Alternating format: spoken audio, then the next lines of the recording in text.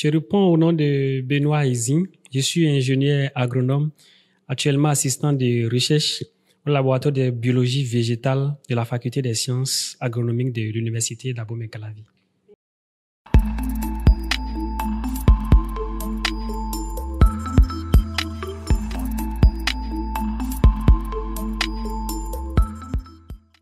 Un ravageur des cultures, c'est tout type de créature qui peut s'attaquer aux plantes cultivées.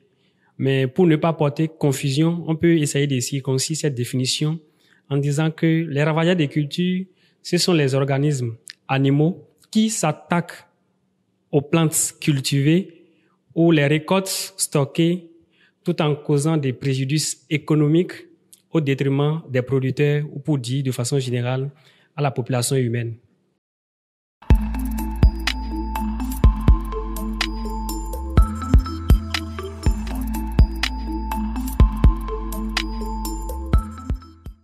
Comme exemple, nous avons les insectes qui sont les plus connus de tout le monde. Les insectes, outre que les insectes, nous avons les acariens, nous avons aussi les nématodes, nous avons même les mammifères qui sont ravageurs de cultures, nous avons les oiseaux qui sont ravageurs de cultures, nous avons les gastéropodes qui sont également ravageurs de cultures. Et enfin, on peut parler des pathogènes des plantes. Parlant de ces agents pathogènes des plantes, il y a les virus, il y a les champignons et il y a les bactéries.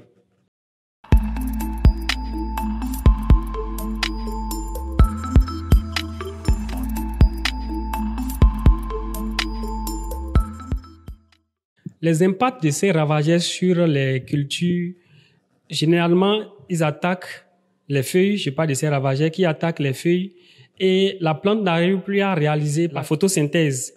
Et si la photosynthèse n'est pas bien réalisée, c'est que le rendement va prendre de coups. Donc, on n'aura pas le rendement escompté. Et quand nous parlons de ces ravageurs, on peut aller pas à pas. Quand vous prenez par exemple les insectes, il y a les insectes piquets suceurs, il y a les insectes suceurs. Quand ils attaquent vraiment les feuilles de vos plantes, c'est que vous n'avez pas la chance. Et même il y a les insectes aussi qui attaquent les fleurs. Et si vous n'avez pas de bons fleurs, c'est que vous n'avez pas de fruits. Voilà. Outre que ça, nous avons les nématodes. Parlant des nématodes, c'est surtout au niveau des racines. Les racines des plantes, je prends l'exemple de la carotte. Donc, vous pouvez avoir les carottes qui sont mal formées. Généralement, c'est attaqué par les nématodes. Les nématodes attaquent une gamme aussi élevée des plantes. Donc, j'ai pris un exemple. Outre que les nématodes, vous avez également les acariens qui attaquent vraiment les plantes et qui désapprécient vraiment, surtout au niveau des feuilles des plantes. Et quand vous prenez aussi les maladies, les virus, je vais parler des virus, des champignons, des bactéries qui désapprécient vraiment vos plantes et vous n'avez pas un bon rendement à la fin. Les oiseaux qui viennent picoter vos fruits, même les graines. Il y a aussi les gastéropodes.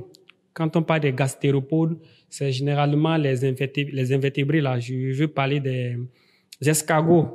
Les escargots aussi détruisent les plantes, surtout au niveau de la production de choux. Vraiment, les escargots créent beaucoup de dégâts.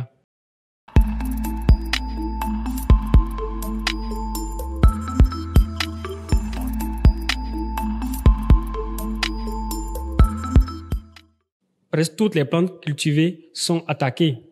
Et allons pas à pas, prenons par exemple les cultures maraîchères. Il y a le chou qui est beaucoup attaqué en culture maraîchère. Il y a aussi la tomate qui est une plante qui est beaucoup attaquée.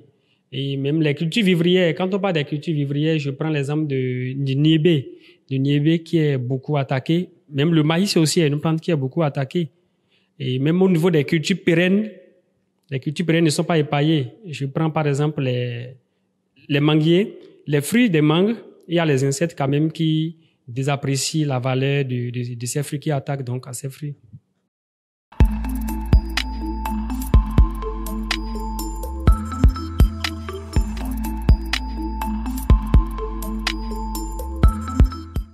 Pour la gestion des ravageurs, je vais dire plusieurs années en arrière, nous utilisons beaucoup plus les pesticides chimiques pour pouvoir gérer ces ravageurs. Et jusqu'à aujourd'hui, ça continue, hein, et ça a quand même des conséquences, les conséquences de ces pesticides chimiques que nous ne pouvons plus mettre de côté ou ignorer. Ça se voit de tout le monde. Ces conséquences, que ça soit sur la vue des manipulateurs, c'est-à-dire ceux qui appliquent donc ces pesticides chimiques, je veux parler des producteurs et même les consommateurs, parce que ces pesticides chimiques laissent quand même des résidus sur les produits de récolte, et que ça soit également les conséquences de l'utilisation de ces pesticides chimiques sur l'environnement, à parler de la biodiversité, à parler du sol, à parler même de l'eau, et c'est énorme. Donc, à part ça, nous avons aussi les méthodes biologiques que les gens utilisent pour la gestion de ces ravageurs.